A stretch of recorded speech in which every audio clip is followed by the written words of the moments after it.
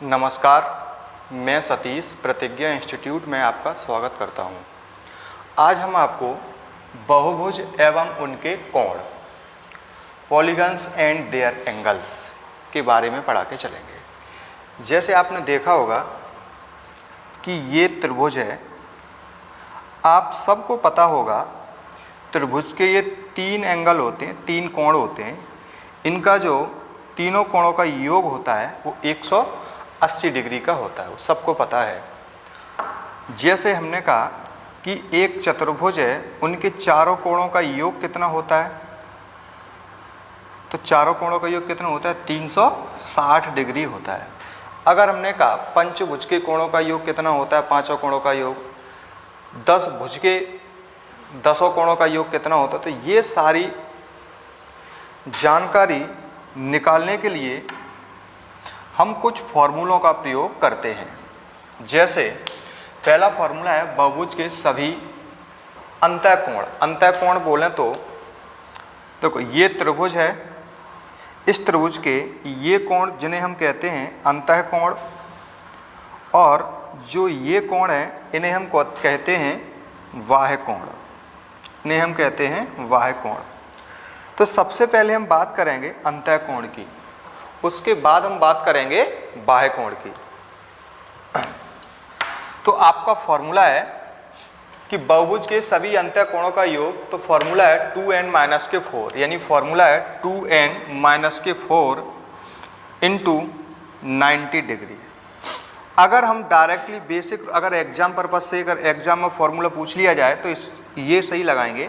अगर हम नॉर्मल प्रयोग करना चाहें तो दो इसमें से कॉमन ले लेते हैं, तो n-2 बचेगा इंटू कितने 90। तो n-2 इंटू 90 दूनी 180। तो डायरेक्ट हम जितनी भी हमें भुजाएं दें, n का मतलब होता है भुजाओं की संख्या, जितनी भी हमें भुजाएं दें उन भुजाओं को हम 2 से घटा देते हैं और 90 का मल्टीप्लाई कर देते हैं, तो हमारे पास कोण यानी एंगल्स की संख्या पता चल जाती है कि टोटल जो एंगल्स कोणों का योग है वो कितना है। जैसे हमने कहा कि 10 भुज हैं, इसके सभी कोणों का योग क्या होगा, तो यहाँ जो n की वैल्यू होगी वो कितनी हो जाएगी, आपकी 10 हो जाएगी। जैसे ही n की वैल्यू 10 हुई तो हमने आपसे भी बोला था कि n-2 इंटू 180, 180 को मल्टीप्लाई कर दो। n की वैल्यू कितनी 10, तो 10-2 गुणा 180, तो यहाँ से इसे घटाओ तो बचेंगे कितने 8 गुणा 180, मल्टीप्लाई कर दो 0, 8-8 64 की 4 आंसलाई 6, 8 1 8, 8 और 6 14, तो कितने डिग्री आ गया, 1440 डिग्री आ गया। अगर बेटा हम इसमें बात करेंगे समबाहुभुज की यानी इक्वल की, तो हम करते क्या है, समबाहुभुज का मतलब होता है जिसकी प्रत्येक भुजा कैसी हो, समान हो। जब प्रत्येक भुजा समान होगी तो प्रत्येक हमारा जो कोण होगा वो भी क्या होगा, समान होगा।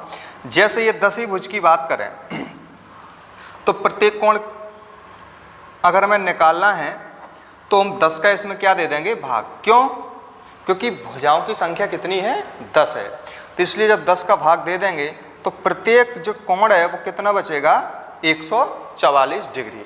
तो यही बात हम दूसरे फॉर्मूले में कह के जा रहे हैं, क्या कि समबाहुभुज का एक अंतःकोण का फॉर्मूला होता है 2n-4 into 90 upon n। n बोलें तो भुजाओं की संख्या। तो पहले हम टोटल कोण निकाल लें, उसके बाद हम भुजाओं की संख्या का भाग दे देंगे। जैसे हमने यहाँ 10 है, यहाँ 10 क्या थी, भुजाओं की संख्या थी।